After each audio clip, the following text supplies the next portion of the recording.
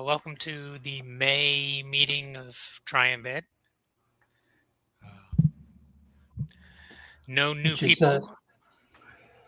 I'm sorry, Pete. I'm sorry, Triangle Embedded Interest Group, just Oh, in yep. case someone watching is curious. And it's 2025.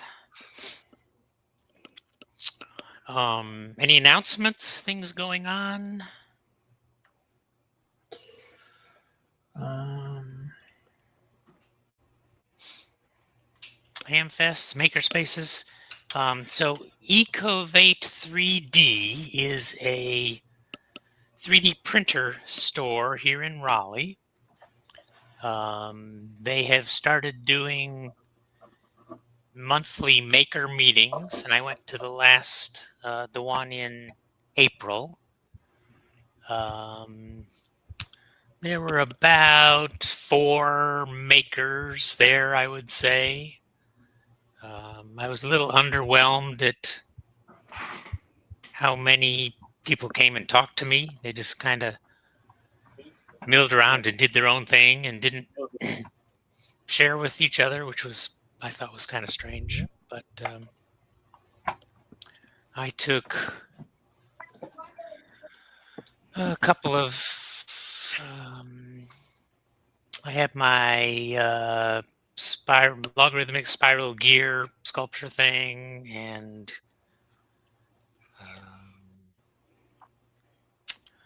one or two other things. Not a ton of stuff, but so they do a lot of 3D printing there.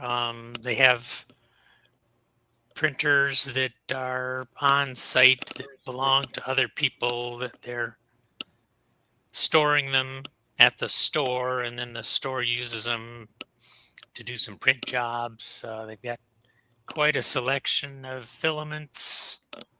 They're now a distributor for bamboo. And when I was there, they actually had a couple of printers in stock.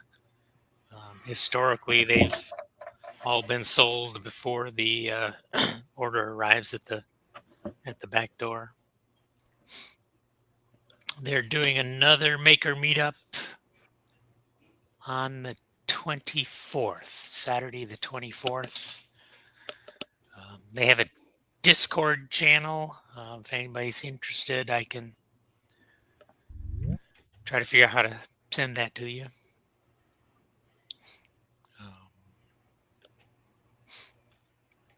So I'll give them at least one more try.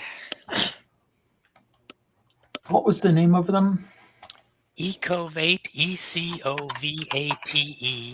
3D. They used to be located near the bottom of Glenwood Avenue, almost down at Peace Street or below Peace Street. They last month moved up to still on Glenwood Avenue, but up around Durley Road. There's a Haverty's furniture store that they're right next to.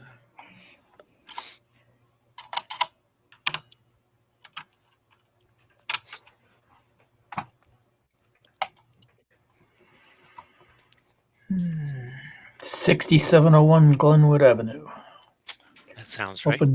Open noon to 7 Wednesday through Sunday. Wednesday, yeah, something like that.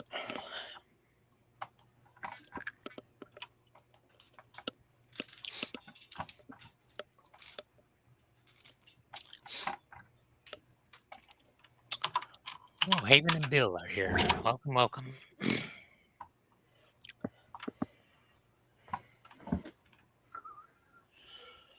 Any other announcements? So I'm going to England this summer in case anybody wants me to bring something back to avoid the 12,000, no, 10%, no, 7%, 70%. I've lost track, but anyway. Didn't they just make a deal? Oh, they made a deal, yes. But unfortunately, it had 3 nested sets of quotes. Yeah. bring me back Yeah, UK's agreed. The UK has agreed to stop doing the things that it hadn't been doing. right. You can bring back Rolls Royces with no tariff. There you go. Yeah, in the checked baggage. Right. Well, that sounds like fun. How long are you going to be there? 4 weeks.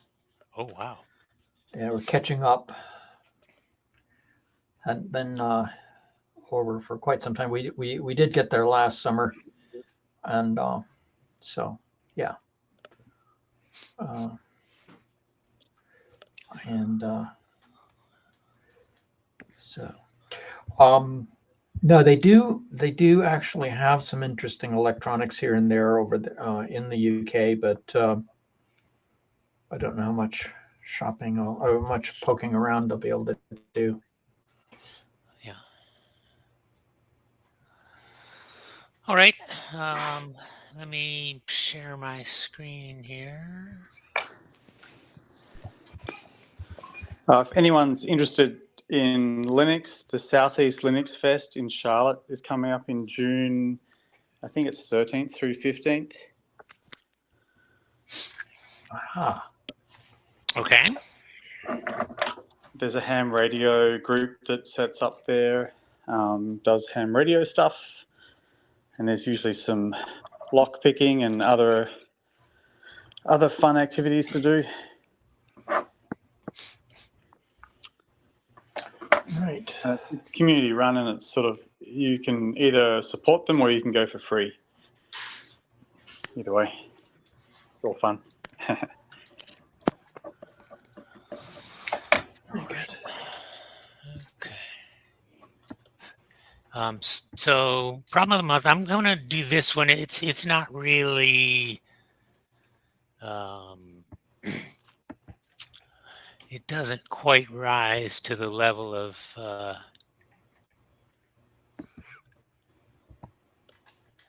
normal problem of the month.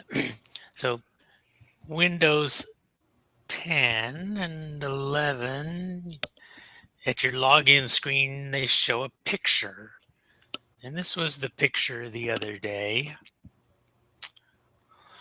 And it was up for, a few times I logged in and whatnot. And I started thinking, wait a minute, something strange about this picture. Does anybody see anything strange about this picture? Well, the shutter's been open for a long time. Okay, yeah, it's definitely like a little time lapse thing. You got streaks for the headlights and taillights. Anything So other? an MC Escher effect. No. So which side of the road are they driving on? Well, yeah. Well, that's it. It's the Yeah, it's color weird. jumps. How can So you it's tell? like everybody.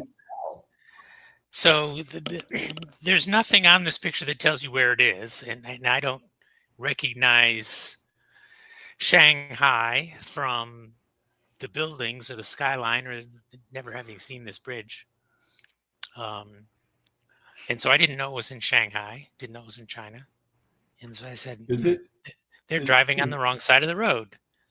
I But wonder that's where. wrong for China.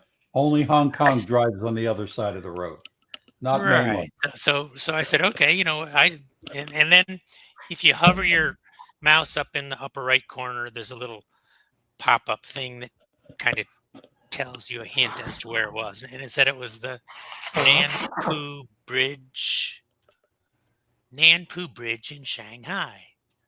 Really? I said, huh, I didn't think that the Chinese drove on the wrong side of Yeah. the road. Only Hong Kong because it was a British colony. Yeah, so what's going on? So then I did what I would normally do, right? I did a little Google here, and so Nanpu Bridge. It's famous.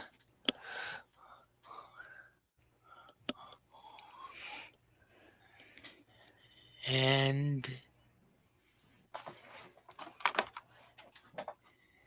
There it is. And they're driving on the right side of the road. What the heck? Mirror image. The mirror image. Yeah, that's what it looks like. So Microsoft reversed this image.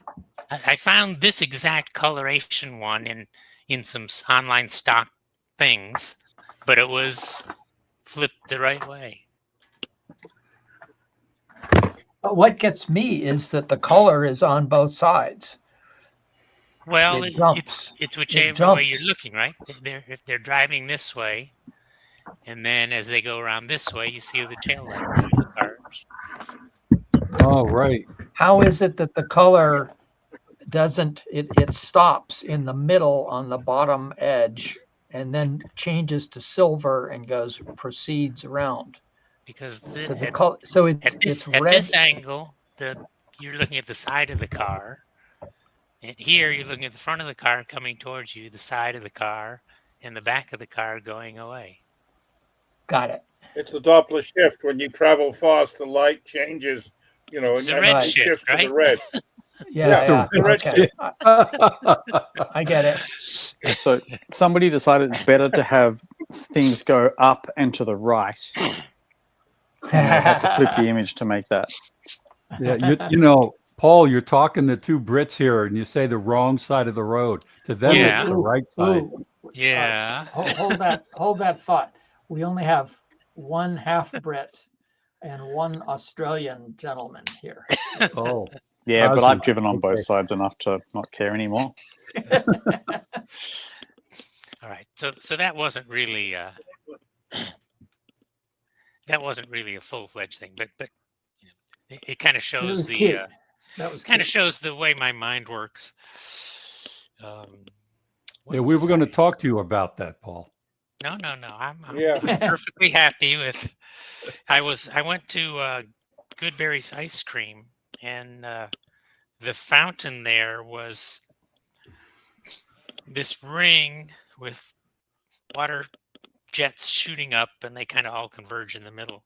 And there were 8 or 9 of them that weren't squirting any water at all, and the rest of them, some of them were bent, angled, and it just drove me crazy. I said, "Oh man, I've got stuff in my car. I could just come and drill, run a drill through by hand and get those other ones working."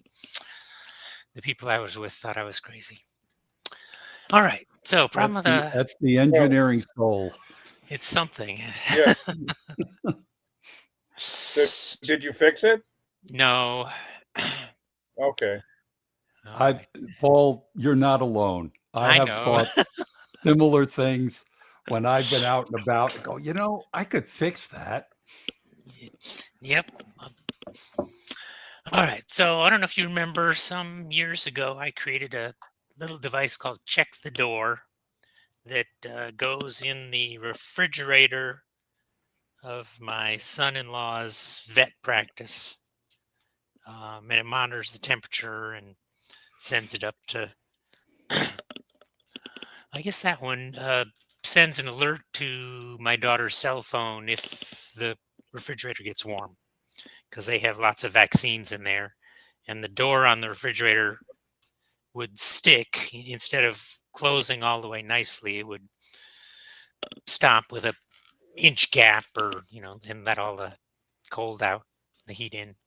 So that's why it was called Check the Door.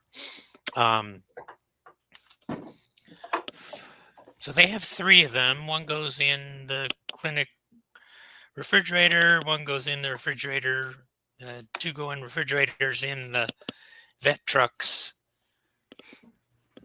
that they have, that they take out to patients and stuff.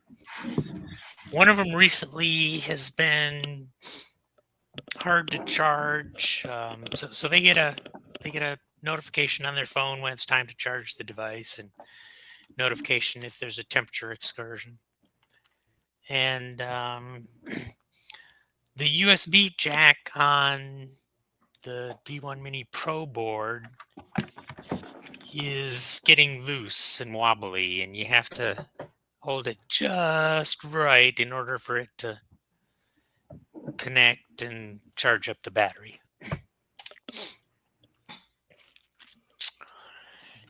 So these devices have the SSID address and passphrase for the Wi-Fi that they log into, which can each be 32 bytes. There's a token address for the pushover app that sends notifications to the cell phones. And so all in all, there's about 200 bytes here, maybe 150 of configuration that you can set stored in EEPROM on the device. So if I want to replace the board in this device with a new D1 Mini Pro, I would like to get that 200 bytes of information transferred over to the new board. And so the question is, how would be a good way to do that? There's a cell phone app. So there's a web, it serves a web page that allows you to set all these settings on the previous page.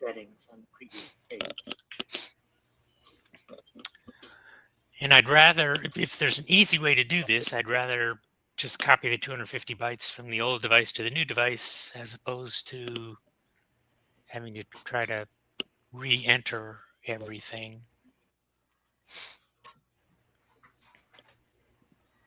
Have you considered just putting a shitload of super glue on the USB jack and so it doesn't move? Well, when it's normally deployed, there is no cable coming out of it, right? So Okay. it runs for a month, and then they get a notification that says, please charge the battery, and they pull it out and plug the USB cable in for an hour or something, and it gets all charged up. Or you could use a USB mini to something else adapter and just plug it in and glue it in. Yep. That's an option. It doesn't solve the task at hand, but that's certainly an option for. No, it lets you recharge the thing. That's true. Yeah, it solves the problem as presented. That's the high-tech method, super glue. Yeah. Super glue.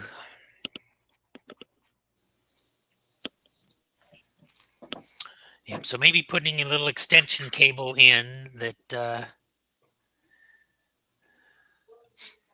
can be super glued on the D1 Mini Pro and provide a new jack for them to plug into. Does the current firmware expose That'll any of these via an API? Is the firmware what? Does it expose any of anything? these? It comes up on the web page. I think it all fits on a screen, but you could scrape that page, I think.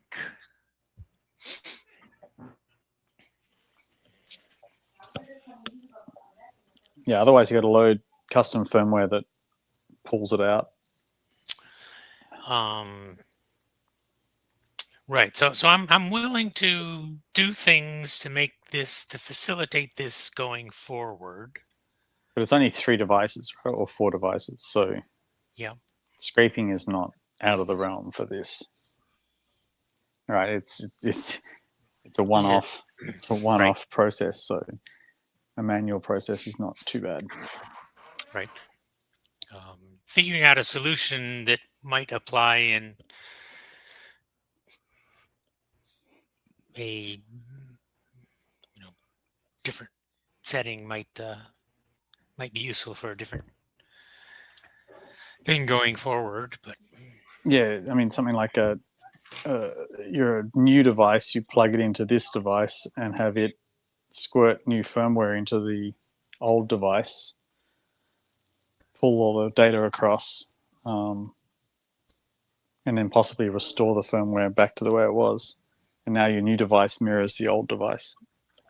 But it's a lot of work just for if you're doing hundreds in the field with some guy who doesn't know what programming is, giving him a box that he can plug in and press a button and have it do it automatically would be nice, but Okay. Yeah. that's not you, is it? No.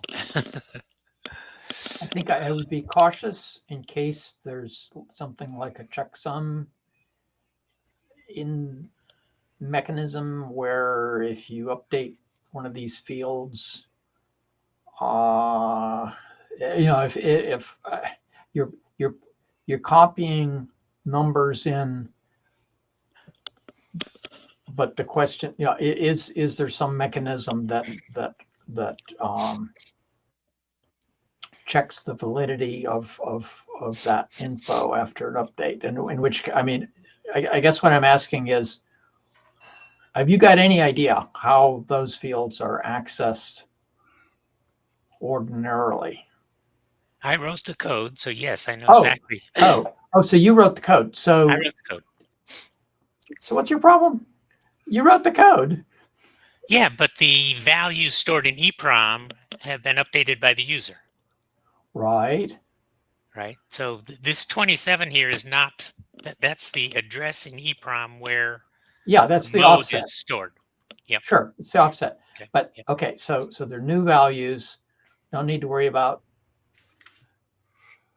freaking it out because of a checksum that doesn't match anymore or something. Right. Right. But I have to get those values from the EEPROM on the old device and store them into the EEPROM on the new device. There's currently nothing in the software to send those values anywhere. But so we're looking for. Right. So where would we send them if we could? Right. How similar are the old and new devices?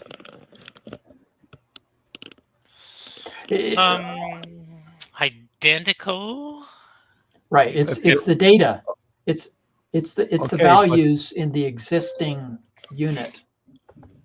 Okay, so how about if you, what is it, in NVRAM or something? EEPROM. Well, it's in Flash. It's in Flash that is. Can you do a dump? To be EEPROM. Can you do a binary dump of the entire memory storage object and just take that and put it into the new one? If I don't know how to do that, I assume. Well, I mean, I used to do it with NVRAM all the time, but I've not done it. I haven't done this in a long time, so I can't remember exactly what steps I went through. So this is an ESP device. So there's a ESP tool which has commands that allows you to dump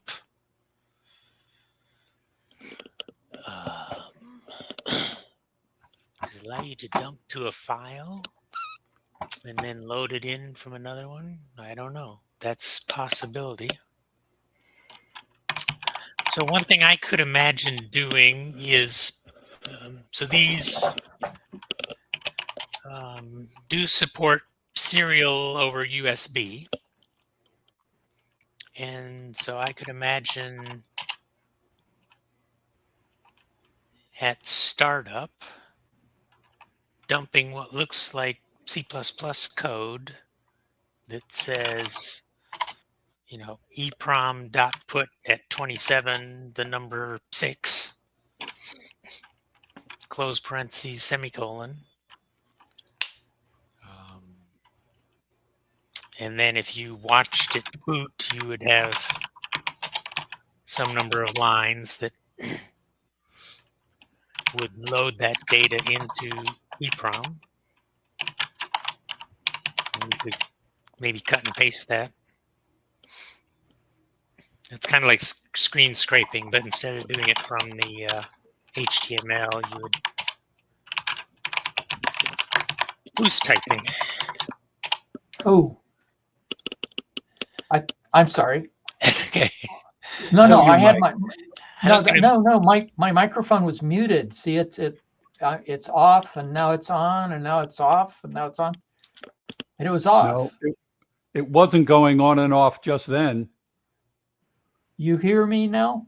Yes. Yes, we do. Whoa! The switch in my headset's broken. Either It's like that 5 or years you're old. being picked up by the computer. No, or maybe my microphone switched. Maybe I'm using the microphone in the camera. Sorry about that. I'm Now Yeah, you're that's what I muted. was figuring. Now we can't hear you. How do we know that? If a tree falls in the wood. All right. So, any other ideas? I mean, it would be nice Super glue. if super glue. It would be nice if you could write a file somewhere, but how do you access a file system from a ESP8266? Hey, how do you have? So I'm thinking of those little circuit boards that you use for debugging. Can you go if you have something like that or borrow something from Mr. Nick, who's probably got 100 of them? Plug I it only in. have 50. Yeah, Oh, the JTAG geez, debugger. only off by 50. Yeah. And the address for the EEPROM is 7B000000. You can just read it directly from the JTAG. Yeah, that's what I was thinking. You can do it through a debug Yeah. board. Okay. The D1 Mini doesn't have JTAG support, but if I switch to a C3 Pico, that does definitely. And Well, you got to do it from the one writing that with- the deed is on. Unfortunately, I mean, I'm figuring I'm stuck on this first one. I'm just going to have to look at the configuration page and copy everything down. But yeah, the double EEPROM. There are a number of examples in the ESP32 of writing and reading from the double EEPROMs. Okay. I don't know about the 8266. That's why, but yeah, I've used the there's a weird tabling thing that goes on with those, but it just at bare metal it just looks like an address, which is a Right. 7B they've something something something something. They've just picked an address of where they're going to emulate EEPROM. Yep. So you can read it at that address, and then there are a number of examples of reading and writing. So it saves it somewhere for you when Yep. after it reads it. Yep. And then you can use that to write it back later onto the new device. Yep. That sounds like a good solution. Another solution is the ESP tool. Now this is probably for an ESP32, but I'm looking at an ESP tool command line for reading and playing with the EEPROM, and it's tricky because the memory gets mapped to that magic address Nick was talking about.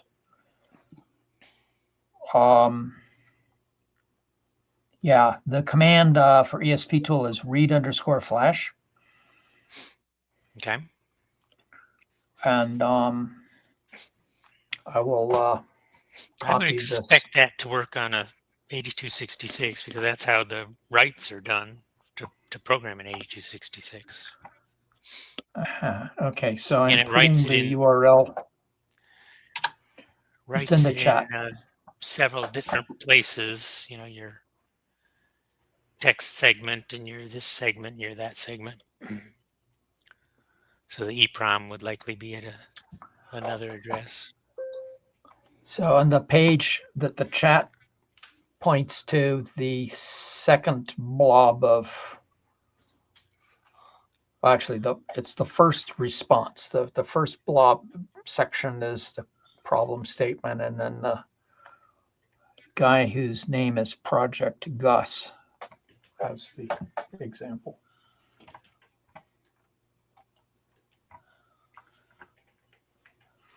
And I was on the wrong microphone, so now this thing will mute, and my headset is not broken. Oh yeah, this is a great.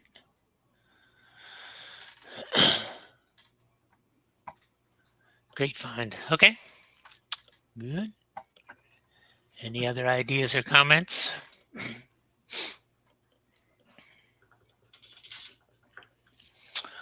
All right. Who's got show and tell tonight? Well, I figured out what my next interesting thing. my next project. So my daughter sent me this picture and said, "Hey, if you're thinking about Christmas presents for the grandkids, something like this might be kind of cool, and you could hook up some of your Arduino magic to some of these things and have it go beep and squawk and play songs or whatnot."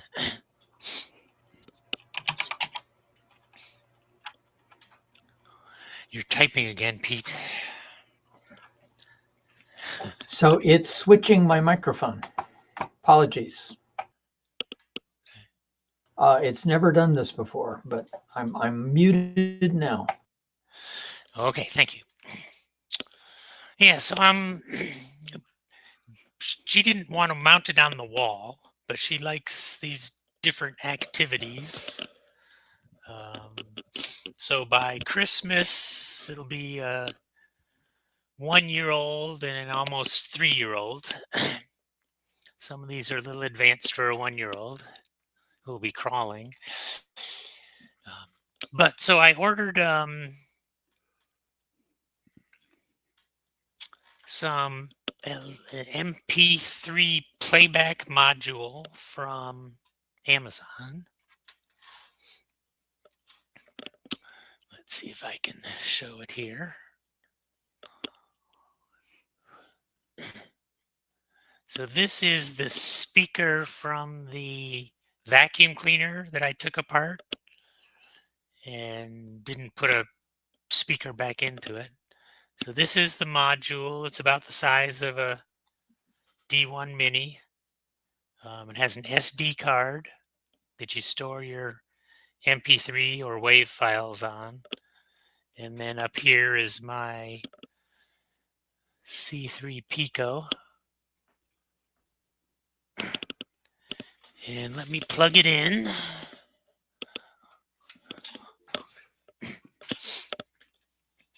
And the sketch here just starts playing sounds.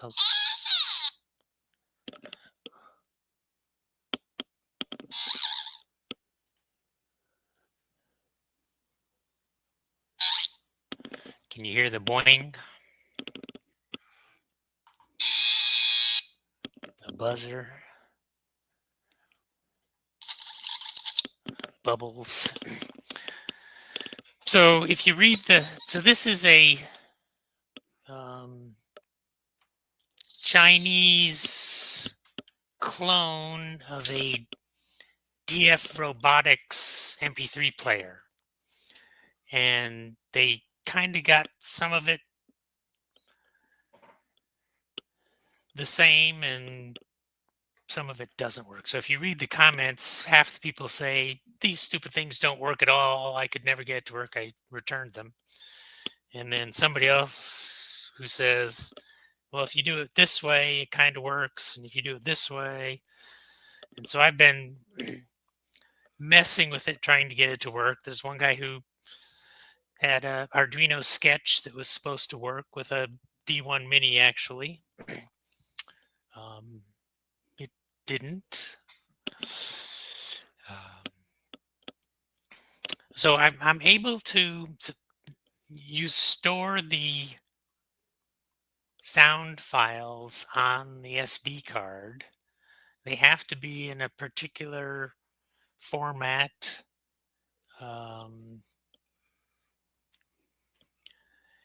If you store them in the root of the file system and name them, the first 4 characters of the name is 0 padded integers starting at 1, then you can tell it to play, clip number 16, and it'll go look for 0016, followed by whatever characters else you want. So you can include some description of what the sound is. That I got to work. You're also supposed to be able to create folders, and they're named 01, 02, 03, ... up to, I don't know how many, 99 maybe. And inside of them, you can put files, up to 250 files per folder. And you're supposed to be able to say, play track number 6 from folder number 13. But I haven't been able to get that to work. I can change the volume. I can have it automatically play tracks. Go to the next track, go to the next track, and it goes down into the subfolders and picks up the files, and I just can't random access them currently. So there's a previous track and next track that seem to work.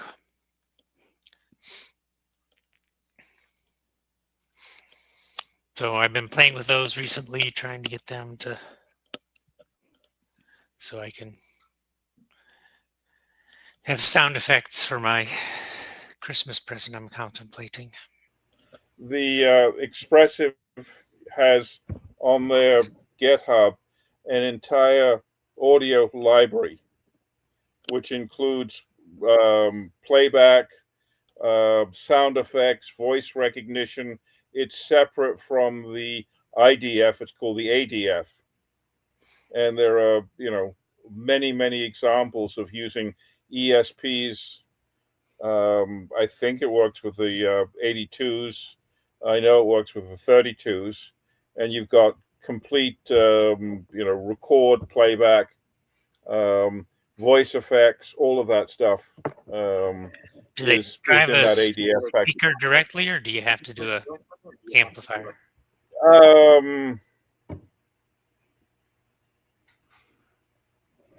You could Maybe line out probably earbuds or something. Yeah, you could probably do that. But it's got there's a whole bunch of stuff in there, and you could give them buttons to record stuff, and as say, if you just go to the GitHub Expressive and look up ADF, not IDF. Okay. They've got players, they've got speech recognition code. They could actually talk to it. Yeah, that's compelling. Yeah, they've got quite an extensive library of audio stuff. Paul, just an FYI, you're still screen sharing. I don't know if you want to be. Thank you.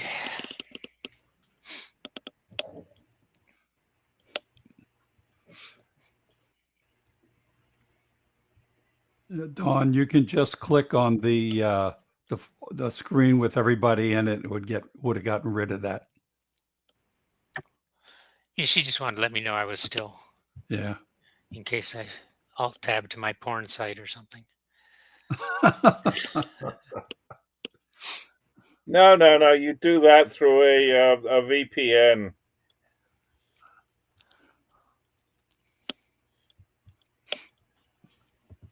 got my own VPN. So if I wanted to drive a small speaker, this chip has some kind of a amplifier chip on the back. I don't know if that's the best. What are my options? All you audio guys. Any of you audio guys? Well, short of actually putting an audio amp in there, remember a speaker impedance is pretty low. I'm not sure you want to short that across any CPU or anything, but if you stick a resistor in there, you might be able to play around with the resistance and see if turning. So what kind of audio do you want to generate? I want like what you'd hear from a toy that you get at Walmart. Oh, okay. So is it something that would sit in memory? I guess it would, huh? Yeah, I'm not sure this idea would work. I mean, I think the ESP chips, some of the 32, I think, has some A to D chips, D to A chips. It does. D to A chips. So they have a DAC of some sort, but it's not amplified. So it's line level that you have to go into a little amplifier of some sort. yeah, well, you can play with it. Yeah, I mean, if you can get some, go on, Nick. You're better at this than me. Okay, there's an I2S interface which is designed to drive some Audio. very simple audio amps, and it generates very high quality audio. It's a 32-bit bit stream, and you can directly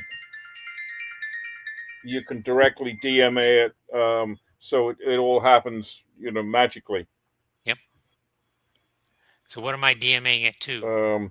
And there are plenty of let's see, I2S audio.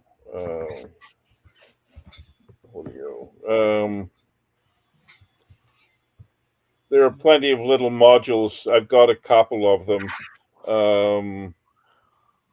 that'll drive an 8-ohm speaker. Let me see if I can find some for you. They're actually high quality audio. So I have a sampling keyboard from when my kids were young that you can talk to the microphone and then it will play back what you said in different different notes, right? So it changes the pitch of what you recorded to match the key that you press, and that's kind of fun. I see Adafruit sells a I2S speaker bonnet for our Raspberry Pi, which could probably be adapted. Oh yeah, no, it's the I2S is just very simple, very useful standard. Yeah. All right, I'll look into that. I might also look up the chip that's on the back of this module. It seems to do the driving the speaker. At the last meeting, I brought that spectrometer thing that I had that I'd spent way too much money on, and you reverse engineering the USB interface. Yeah, and I after much effort, and Pete lent me a machine that I put Windows 7 on, and I got it running Windows 7. Okay. Because the driver structure, there's all of the spectrometer people seem to use the same chip, which is only compatible with Windows 7. Windows 8, they don't like it. And, it took... that was to get Vista, to the right? point Nobody liked Windows 8. Yeah, well, to get to the point that I knew that I could get the thing running Windows 7 took much longer than it should.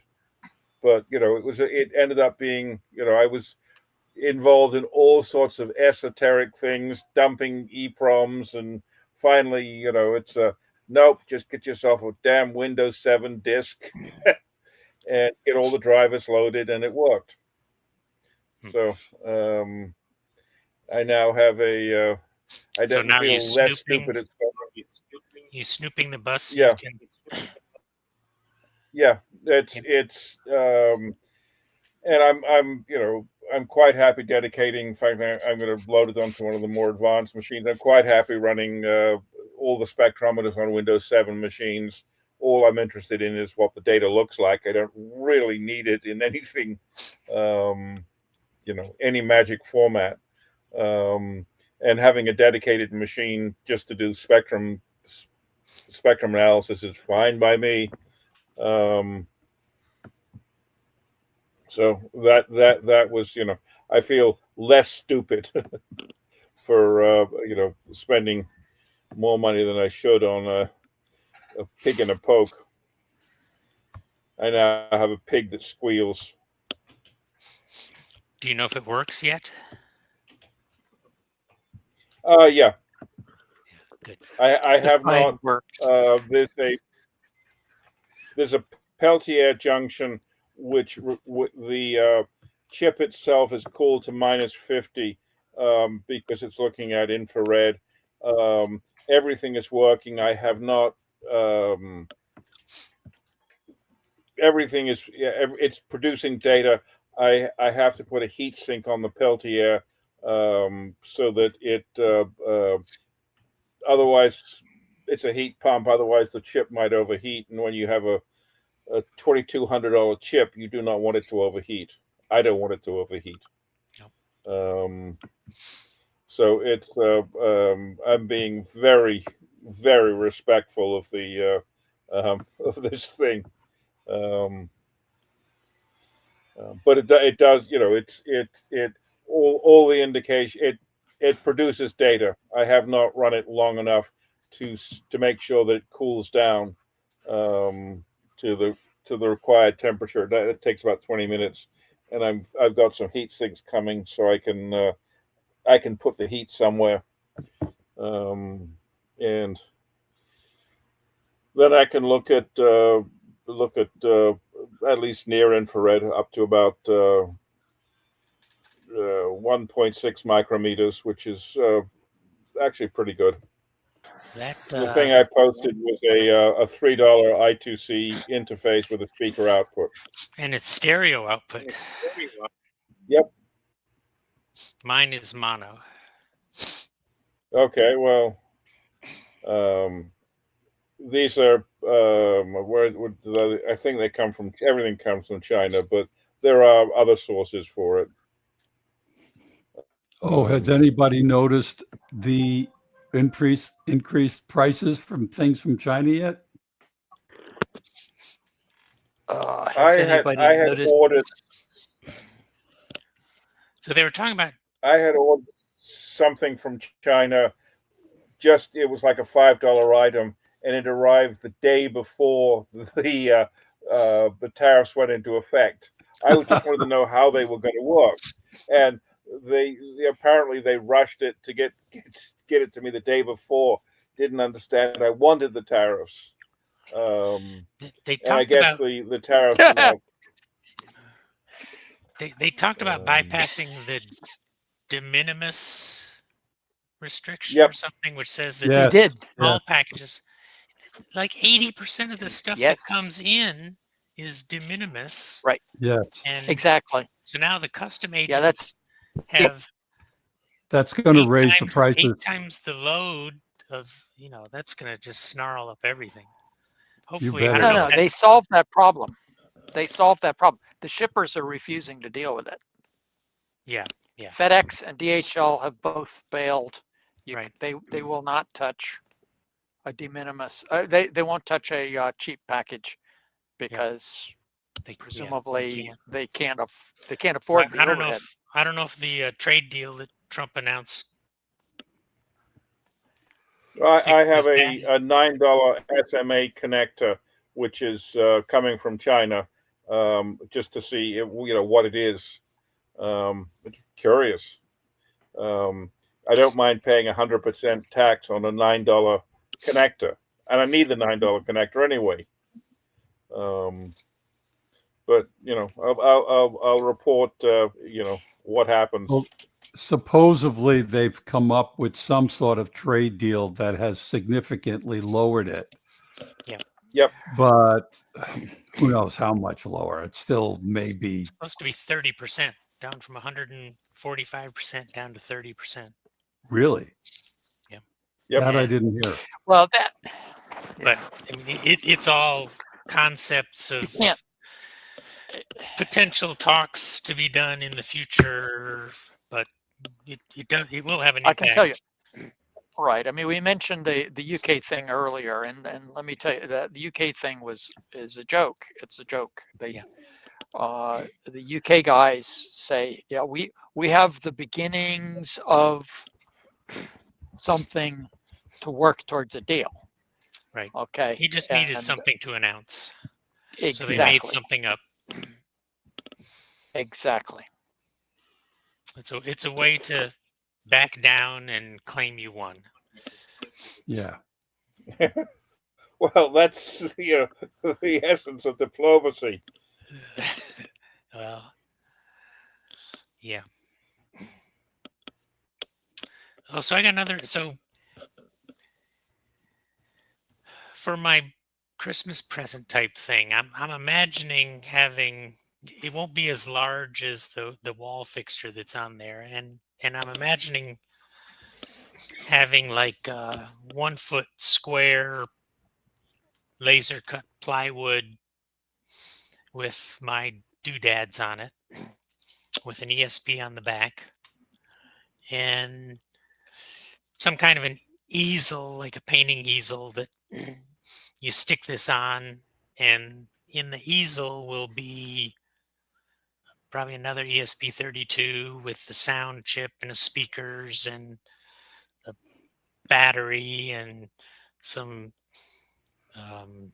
space for barbells or sacks of sugar or something to weight it down so that when the kids push at it, it doesn't go flying around. But I'd like to be able to put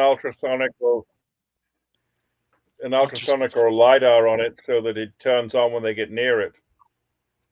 That's a good idea. Yep, when they approach it.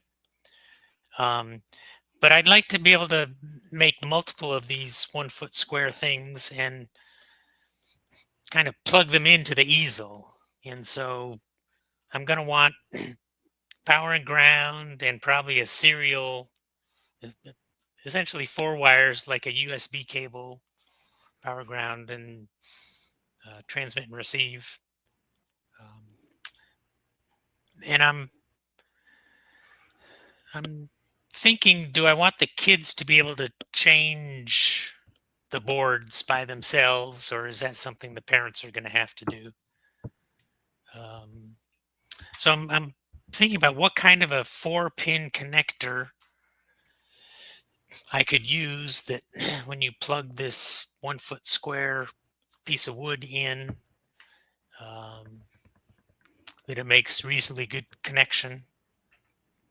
Something that a 5 or 6 year old might be able to do going forward. And I haven't really thought of, I've got pogo pins. I know that young kids know how to pull out Atari cartridges and blow them and stick them back in. So some of those edge connector things have been known to work. How about the trailer harness? It's a pretty big thing. Just it's pretty big. I mean, it would be a cable sticking out and a cable on the other end, but it would be big enough that they could grab it and hold it and plug it in, and it doesn't, it's not the size of their thumb, it's the size of their hand. Yeah. If you put a wireless QI charger on the back of it, you could do everything wirelessly. So it's going to get power from the base. Yeah. I don't want to have to You put put it- batteries on the back of every one of these boards, right? So I've got No. to be able to Well, transfer power. Yeah, but if you had a QI wireless on the back of the easel, Yeah. USB charge, and you just put the whatever the panel is on top of the easel, Cool. and then you got wireless connection to between the pieces. Yeah.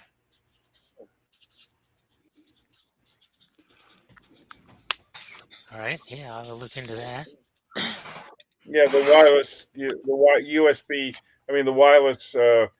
Even a 15-watt wireless charger is like $4 or $5.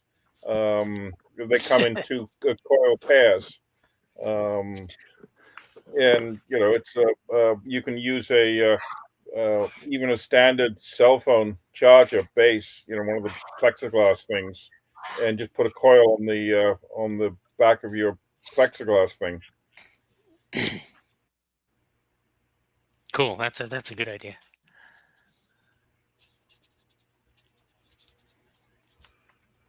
And then say I'd go Wi-Fi or Bluetooth for the data. Yep. I was thinking of creating a Simon game board. That plays notes and lights, and you push buttons in sequence.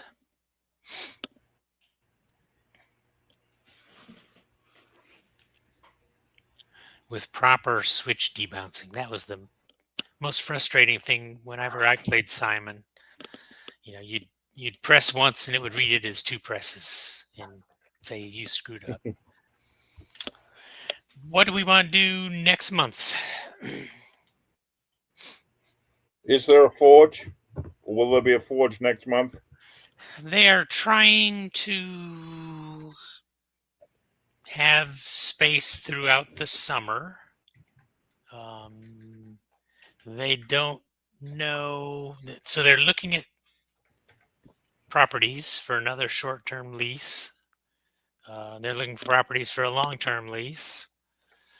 There, I think, is still the possibility that the current space can be rented for another month or two before the landlord is ready to lease the entire floor or the entire suite.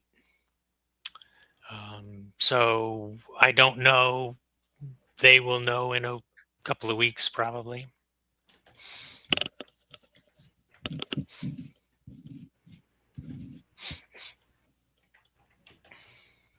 So if you had gotten a notice early enough, how many of you would have come to the forge tonight?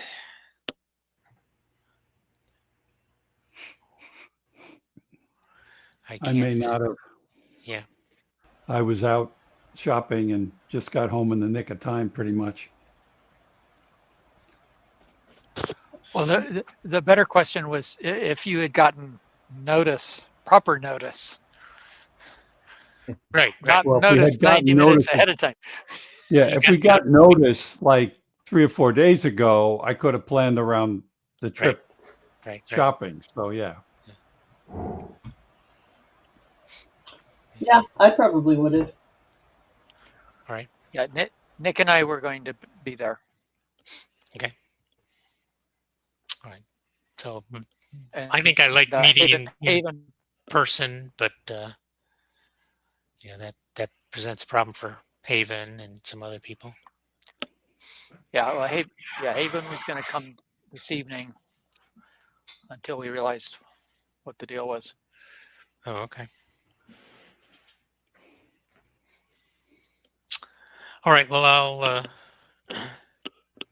wait a few weeks and then try to figure something out. Yeah, the Rars Fest. I talked to a couple people. They took cards. I don't know if any signed up. Pete, is that something that you monitor? Yeah, that I would have seen that, and I did not. I mean, nobody signed up recently in the last month? No. Okay. No, they're 237 is the current number on the list. Really? It's way down. Yeah, We're it 8 was. out of 237. Well, what can I say? No, it's Just it's what it just is. down the street from the Forge, there's the First Flight Venture Center, which might be interesting. I don't know whether they charge, but it might bring a whole different crowd of people. Yep. There's a biotech group that I'm a member of that's now closely associated with them. Yeah, I don't know what they would do for an evening meeting. I I bet was thinking of a I can ask next time I'm library. there. I bet they'd be happy to let us come during the day sometime. Yeah, Yeah. I was thinking of a library, but you might have the same problem with an evening meeting at a library. I think we would need to think about programs. I Yeah, it's been a while since I've presented anything formally. I have now, in background, collected all of the components for my tunneling microscope, and I'm starting to assemble stuff. It's the one that I'm assembling is one that is considerably more sophisticated than the one that I'm proposing for the ESP Edger project. But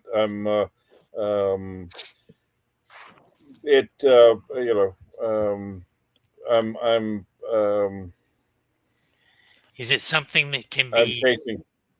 transported and shown demoed somewhere, or is it have to? I'm hoping that's the case.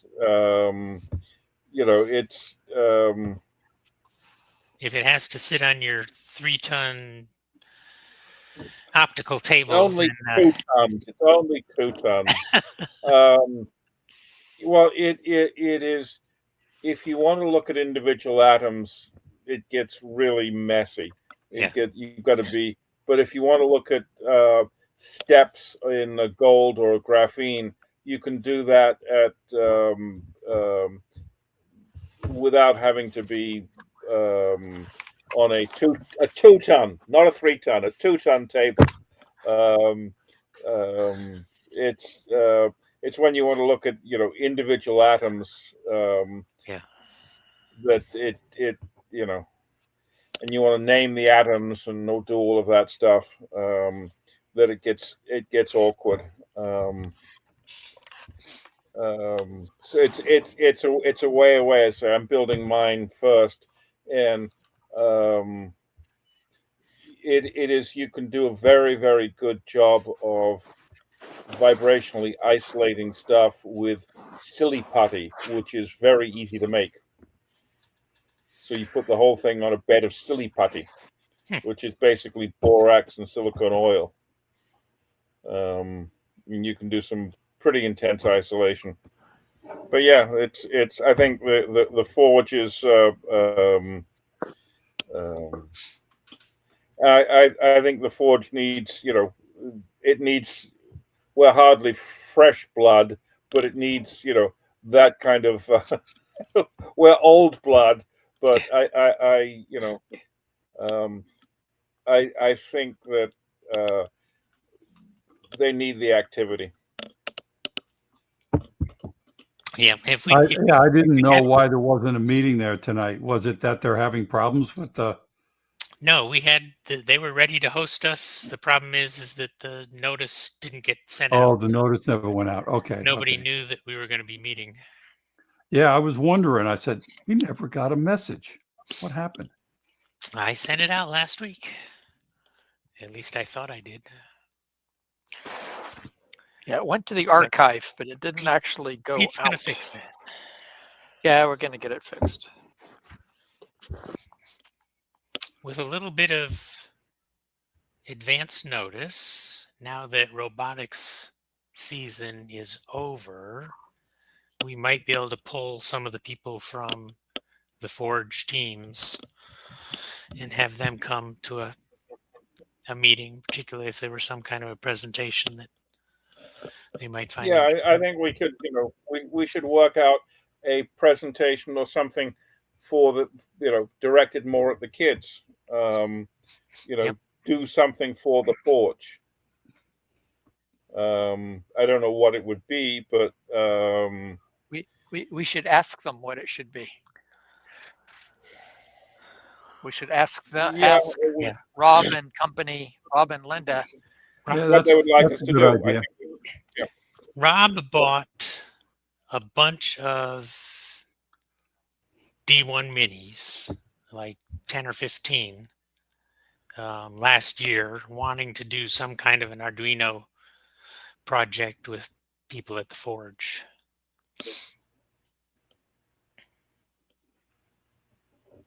So they have a bunch of laptops, and Rob has a bunch of boards. So if we could think of something we could do with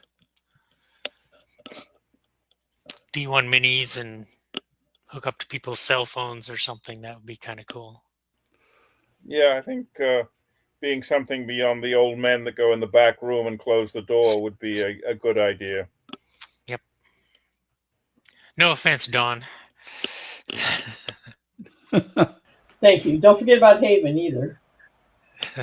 Well, I was not referring to you as old. I was, that's why I excluded you. Is that I was just referring to us old men who have, old white men privilege.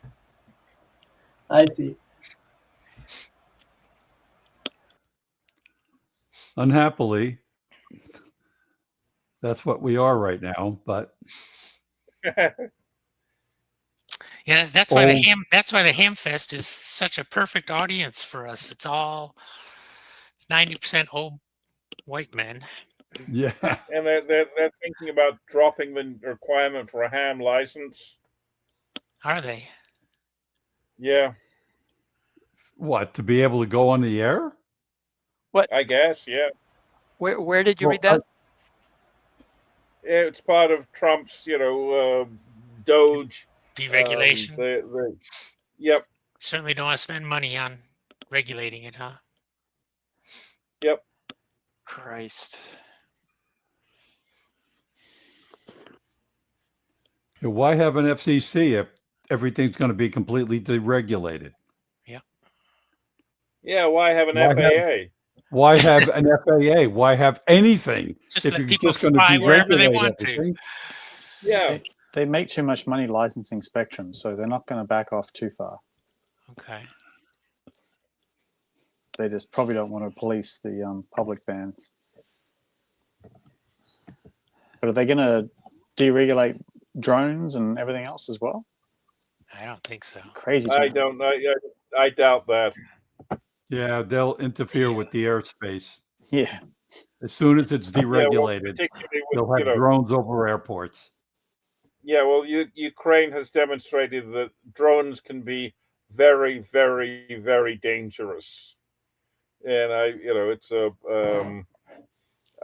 don't see them deregulating drones.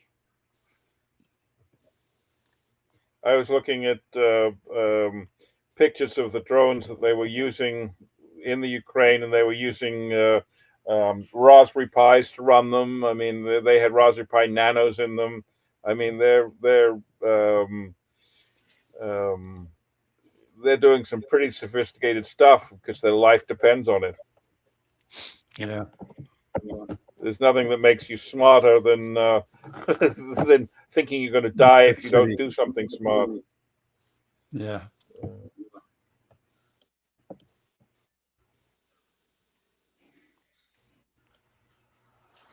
All right. Dawn, if you want to stop the recording. And then I think it should download. Yeah, you'll get a download screen. Just figure out where you're going to put it. You could. All right, 1 second. Oh, stopper. Okay, I see it.